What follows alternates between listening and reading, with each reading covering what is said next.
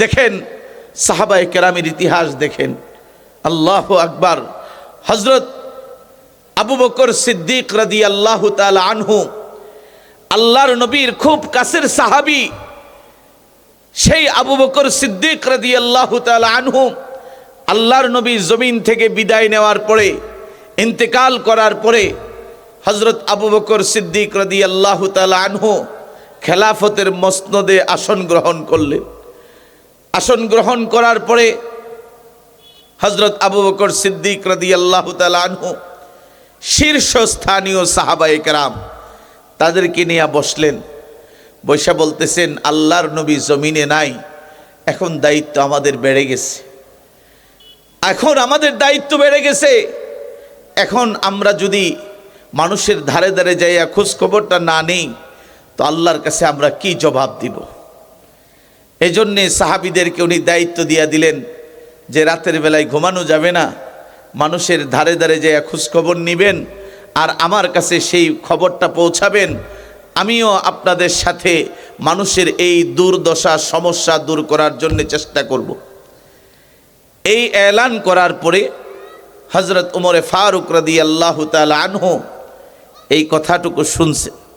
কারণ যিনি হযরত আবু বকর সিদ্দিক রাদিয়াল্লাহু তাআলা আনহুর পরের অবস্থান, হযরত উমর এই কথা শোনার পরে রাতের বেলায় ঘুমায় না, বেরিয়ে পড়ছে, বিভিন্ন জায়গায় ঘুরতেছেন। মদিনার উপকণ্ঠে একটা ছোট্ট ঝুপড়ি ঘর পাইছেন। ওই ঘরের কাছে যাইয়া হযরত উমর সালাম দিলেন। ভিতর থেকে এক বৃদ্ধা মা সালামের জবাব দিছেন। হযরত উমর বলতেছেন, মা আপনার কোনো সমস্যা আছে কিনা? আমি উমর খলিফাতুল মুসলিমিন আবু বকর সিদ্দিক রাদিয়াল্লাহু তাআলা আনহুর পক্ষ থেকে প্রতিনিধি হিসেবে আসছি, আপনার কোনো সমস্যা আছে কিনা? ভিতর থেকে বৃদ্ধা মা জবাব দিছেন, উমর আমার দুইটা সমস্যা আছে। একটা সমস্যা হলো বার্ধক্যের কারণে আমি আমার ঘরটা ঝাড়ু দিতে পারি না, মানে উনি নইতে পারেন না। সমস্যা হলো বৃদ্ধ হয়ে গেছেন, এই কারণে উনি দূর থেকে মশক বইরা খাবারের পানি টানতে পারেন না। এই দুইটা সমস্যা যদি সমাধান হয়ে যায় তাহলে আমার কোনো আর কষ্ট থাকবে না।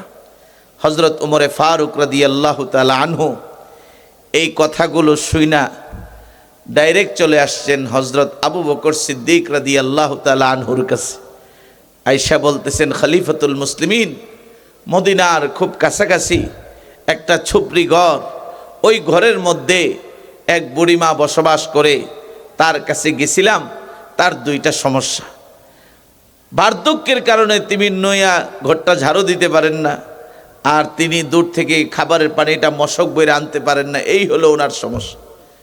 এখন আপনি যদি ভালো মনে করেন আমি উমরকে ওই বৃদ্ধা মায়ের খাদেম বানায় দেন, সুবহানাল্লাহ, আমি উমরকে ওই বৃদ্ধা মায়ের খাদেম বানায় দেন, আমি প্রত্যেক দিন ওনার কাজটা যায় করে দিব।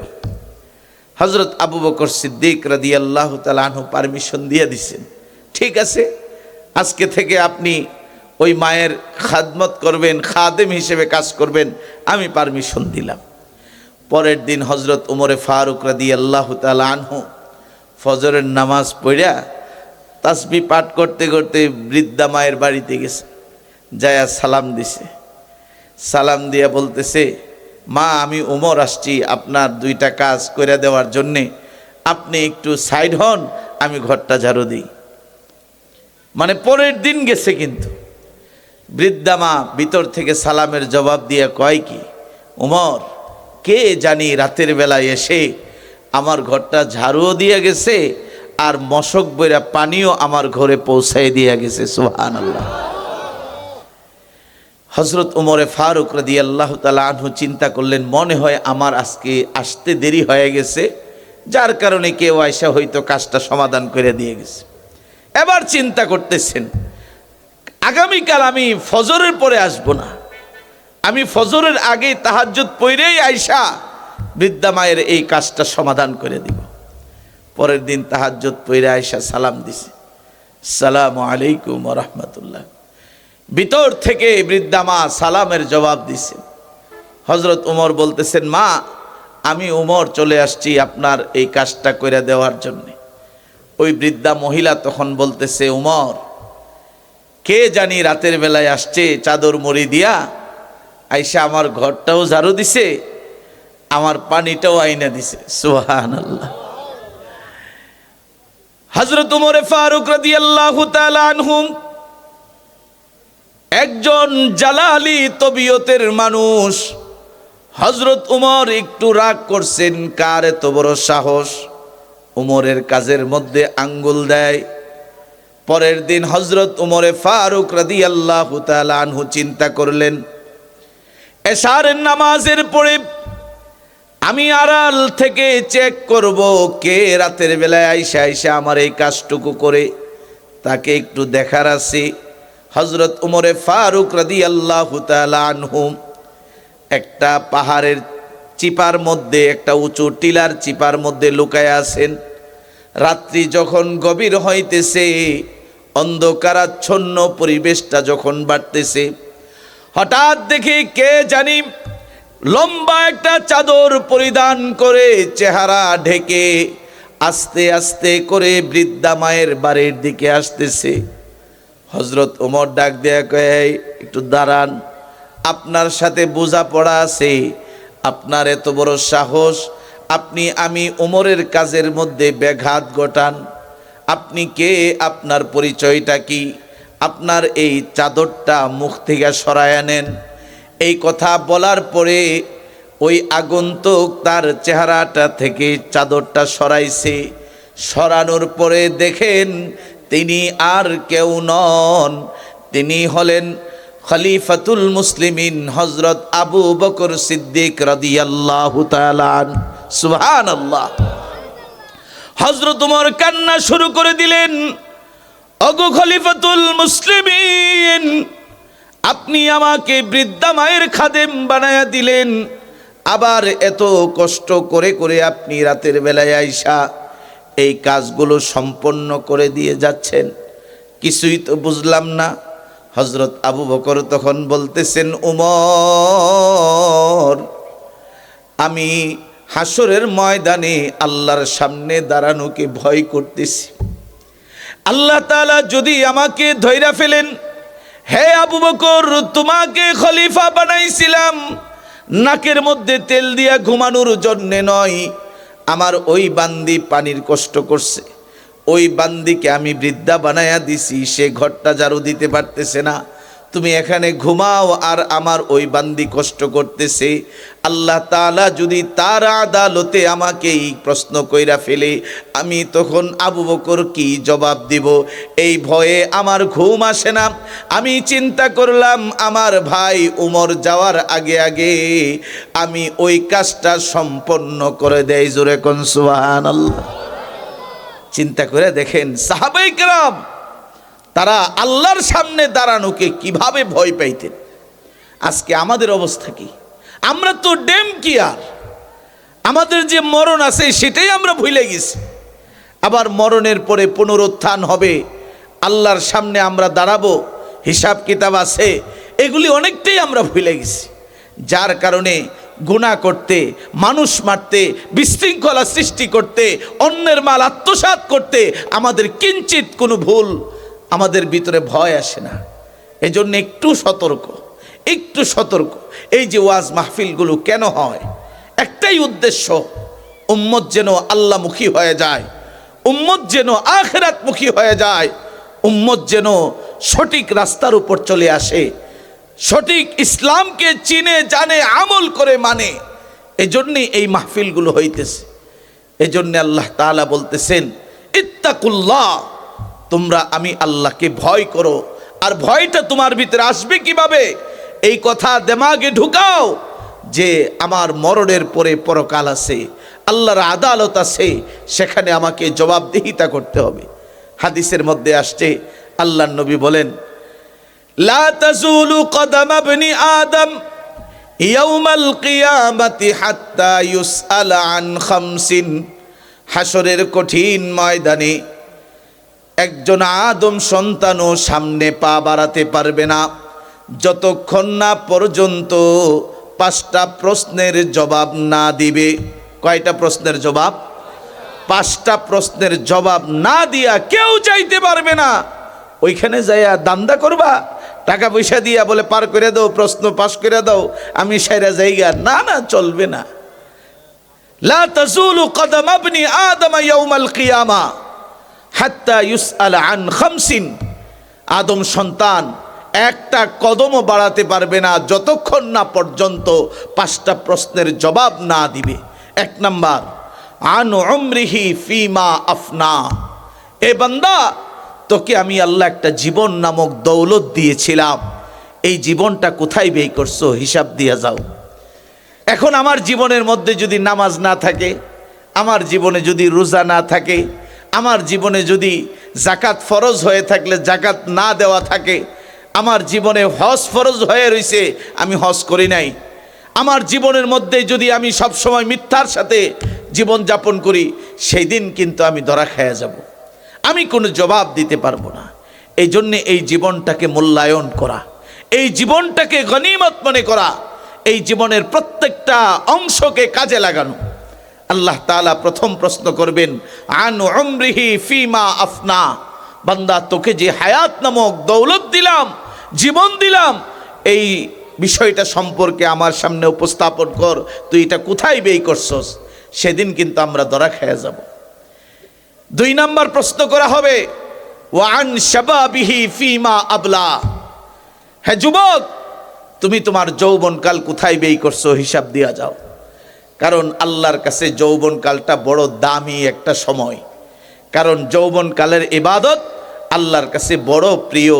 হাদিসের মধ্যে আসছে, রাসূল করিম সাল্লাল্লাহু আলাইহি ওয়াসাল্লাম বলেন, হাসরের ময়দানে যখন অর্ধ হাত উপরে সূর্যটা থাকবে, আর সূর্যের পাওয়ার এত বেশি হবে, এত বেশি হবে, মানুষের মাথার মগজ টকবক করে বগলাইতে থাকবে, আর এই সূর্যের পাওয়ারে জমিনটা তামা হয়ে যাবে, মানুষ হাবুডুবু খাইতে থাকবে, সবাই তখন ইয়া নফসি ইয়া নফসি বলতে থাকবে। ওই সময় একটাই ছায়া থাকবে, সেটা হলো আল্লাহ তাআলার আরশের ছায়া। রাসূল করিম সাল্লাল্লাহু আলাইহি ওয়াসাল্লাম বলেন, সাবআতু ইউজিল্লুহুমুল্লাহু ফি জিল্লিহি ইয়াউমা লা জিল্লা ইল্লা জিল্লুহু, ইমামুন আদিলুন ওয়া শাবুন নাশআ ফি ইবাদাতিল্লাহ। আল্লাহর নবী বলেন, এই ছায়ার নিচে, আল্লাহর আরশের ছায়ার নিচে 7 ধরনের ব্যক্তিকে আল্লাহ তাআলা জায়গা দান করবেন। এর মধ্যে এক ধরনের হলো ওই সমস্ত যুবক যারা আল্লাহর ইবাদতের মধ্যে, যারা আল্লাহর ইবাদতে যৌবনকালে ইবাদতের মধ্যে কাটাইছে যৌবনকালটা, আল্লাহ তাআলা তাদেরকে আরশের ছায়ার নিচে জায়গা দান করে দিবেন। জোরে কোন সুবহানাল্লাহ। এ যুবক, ভালো করে শুনুন, হযরত উমরে ফারুক রাদিয়াল্লাহু তাআলা আনহুর জামানার এক যুবক ছিলেন, আল্লাহওয়ালা যুবক, যার যৌবনকালটা সে সুন্দরভাবে কাটাইতেছে। কেমন যৌবনকাল কাটাইতেছে শুনো, তাকবীরে উলা তার কোনোদিন ছুটে নাই। সুবহানাল্লাহ। তাকবীরে উলা মানে কি? মসজিদে যাইয়া ইমাম সাহেব আল্লাহু আকবার বলে, ওই মুসল্লিও যদি সাথে সাথে আল্লাহু আকবার বলে নিয়ত বাইদা ফেলে তাকবীরে উলার সাথে নামাজ আদায় করে, কোনোদিন জামাত তো দূরের কথা, তাকবীরে উলাও ছাড়ে না।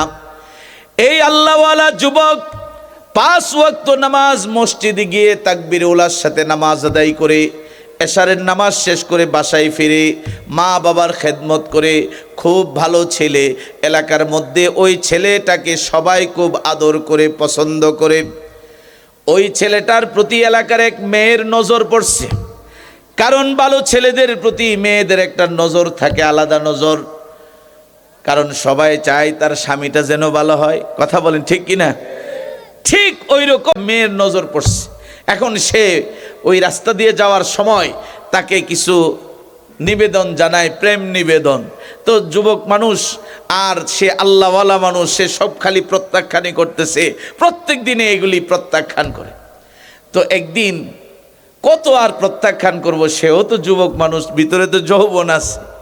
একদিন গ্রহণ করে ফেলাইছে এই প্রস্তাব, গ্রহণ কইরা এই মেয়ের পিছনে পিছনে তার বাড়ির উদ্দেশ্যে রওনা করছে। হঠাৎ তার দিমাগে আল্লাহ তাআলা কোরআনের আয়াত দিয়ে তাকে স্মরণ করায় দিছেন, ইন্নাল্লাযীনা তাকাউ ইযা মাসসাহুম তাইফুম মিনাশ শাইতান তাযাক্কারু ফাইযা হুম মুবসিরুন। যখন শয়তান তোমাদেরকে ওয়াসওয়াসা দেয় তখন আল্লাহকে ভয় করো, তো আল্লাহ তাআলা তোমাদেরকে সঠিক রাস্তা দেখায় দিবেন। সুবহানাল্লাহ। এই আয়াত যখন তার দিমাগে আসছে আর এই আয়াত স্মরণ করার সাথে সাথে সে বেহুশ হয়ে জমিনে পড়ে গেছে, বেহুশ অবস্থায় পড়ে আছে। এখন রাতের বেলায় যেই ছেলেটা 9টা 10টার সময় বাসায় চলে যায়, সেই ছেলেটা আজকে বাসায় যাচ্ছে না, সেই ছেলেটা এখনো ঘরে ফিরে আসে নাই। মা বাবা চিন্তার মধ্যে পড়ে গেছে। পাড়া প্রতিবেশী আশপাশে যারা আছে সবাইকে বলতেছে, আমার ছেলে তো আজকে 11টা 12টা বাজে যাইতেছে, এখনো বাড়িতে আসে নাই, একটু খোঁজ খবর নাও। সবাই বের হয়ে গেছে যুবকের তালাশ করতে করতে যায় দেখে একটা বাড়ির কিনারায় বেহুশের মতো হয়ে পড়ে রয়েছে। তো সবাই ধরাধরি করে বাড়িতে নিয়ে আসছে। আসার পরে তাকে পানি টানি ঢালছে, তার জ্ঞান ফিরে আসছে। আসার পরে সে শুধু ওই আয়াতটাই আবার তেলাওয়াত করছে, ইন্নাল্লাযীনা তাকাউ ইযা মাসসাহুম তাইফুম মিনাশ শাইতান তাযাক্কারু ফাইযা হুম মুবসিরুন। এই আয়াতটা তেলাওয়াত করার সাথে সাথে যুবক আবার জমিনে পড়ে গেছে। ওই মুহূর্তে মালাকুল মউত আয়েশা তার জানটাও কবজ করে নিয়ে গেছে, সে দুনিয়া থেকে বিদায় নিয়ে চলে গেছে। সবাই ধরাধরি করে দেখে যে না, সে আর দুনিয়াতে নাই। রাতের বেলায় তার গোসল হয়েছে, কাফন দেওয়া হয়েছে, জানাজা হয়েছে, দাফন হয়ে গেছে। ফজরের সময় এই যুবকের বাবা খলিফাতুল মুসলিমিন হযরত উমরে ফারুক রাদিয়াল্লাহু তাআলা আনহুর পেছনে নামাজ আদায় করার জন্য গেছে। নামাজ আদায়ের পরে হযরত উমরকে বলতেছেন, আমার ছেলেটাকে তো আপনি চিনেন, আমার ছেলের রাত্রে এই ধরনের ঘটনা ঘটছে। আমার ছেলের জবান দিয়া লাস্ট যেই কথাটা বের হয়েছে, সর্বশেষ যেই কথাটা বের হয়েছে, এটা হলো কোরআনের আয়াত। কি আয়াত? ইন্নাল্লাযীনা তাকাউ ইযা মাসসাহুম তাইফুম মিনাশ শাইতান তাযাক্কারু ফাইযা হুম মুবসিরুন। এই আয়াতে কারিমা তার জবান দিয়া লাস্ট কথাটা বের হয়েছে। হযরত উমর বুঝা ফেলাইছেন, এই যুবক অন্যান্য যুবকের মতো নয়, এই যুবক আল্লাহ তাআলার প্রিয় একজন বান্দা। জোরে কোন সুবহানাল্লাহ।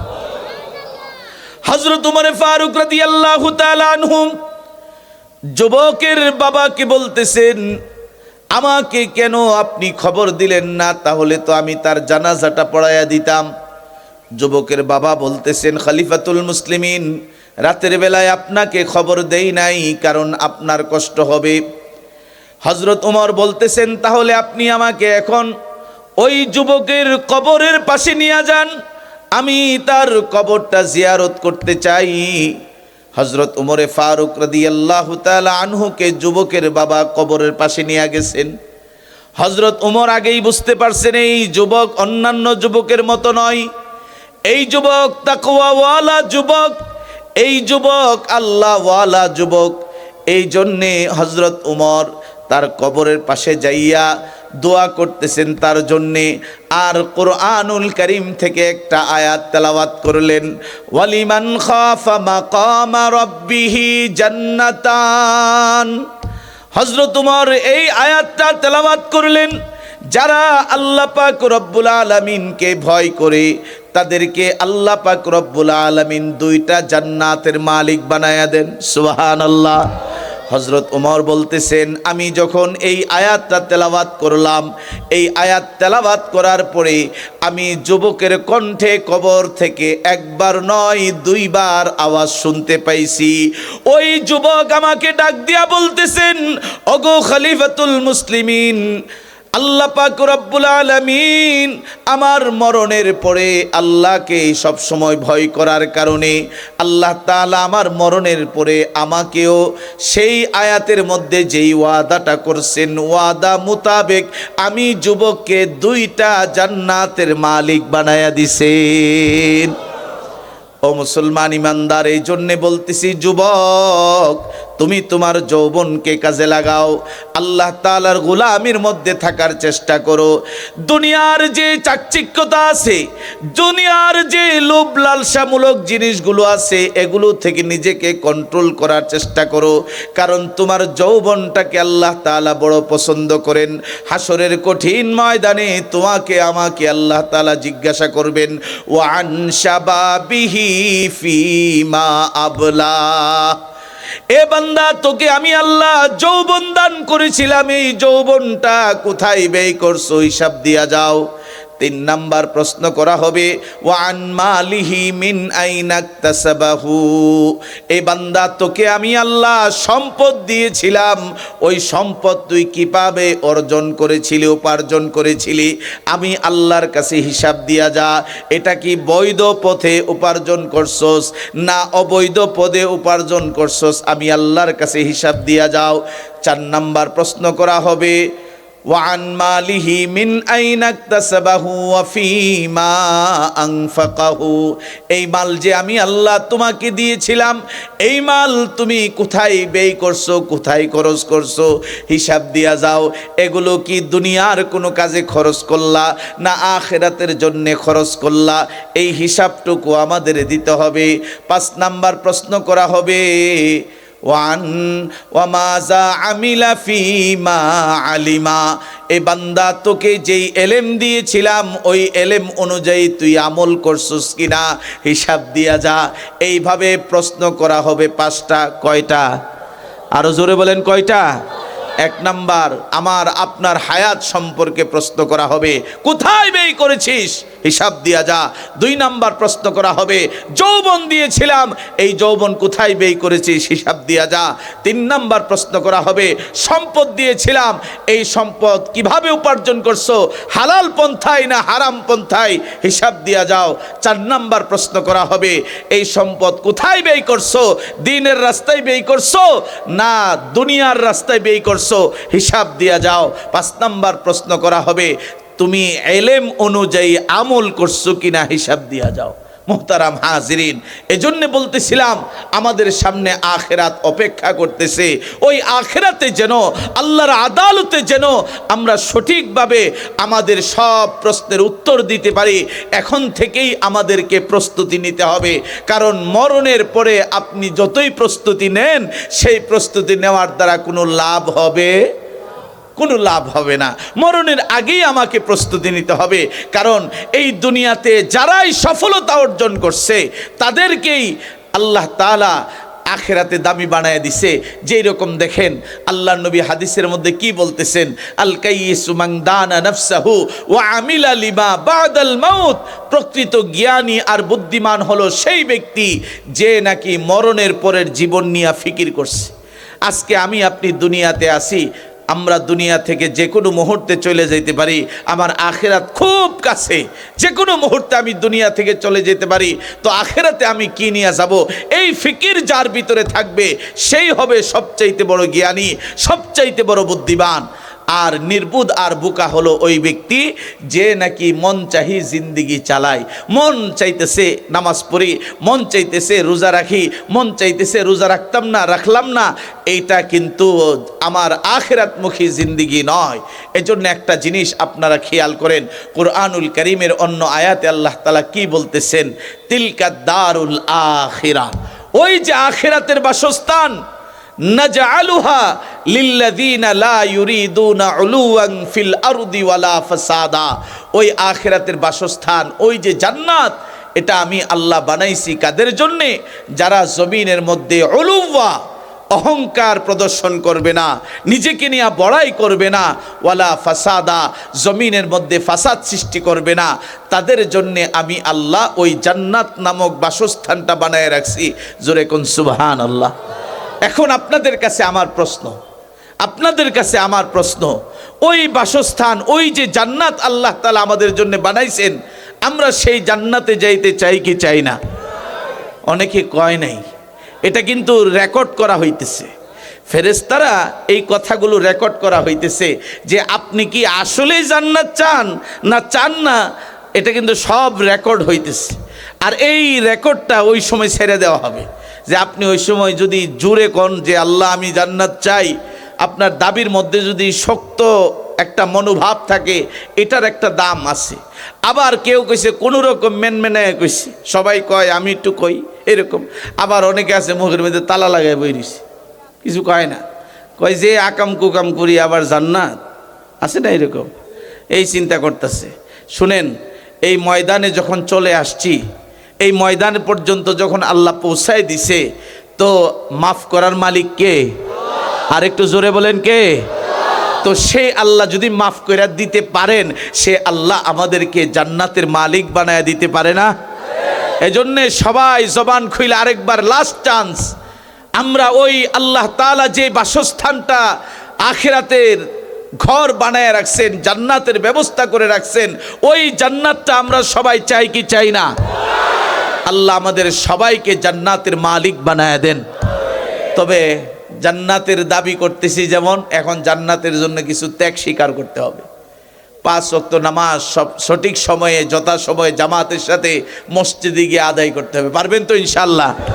বললেন জান্নাতে যাইতে চাই, এখন নামাজ পড়ে না, আল্লাহ কি জান্নাত দিব? এই জন্য নামাজ পড়তে হবে। সামনে রমজান আসতেছে, রমজানুল মুবারকের রোজা রাখতে হবে, এটা আল্লাহর বিধান। এখন ওই আয়াত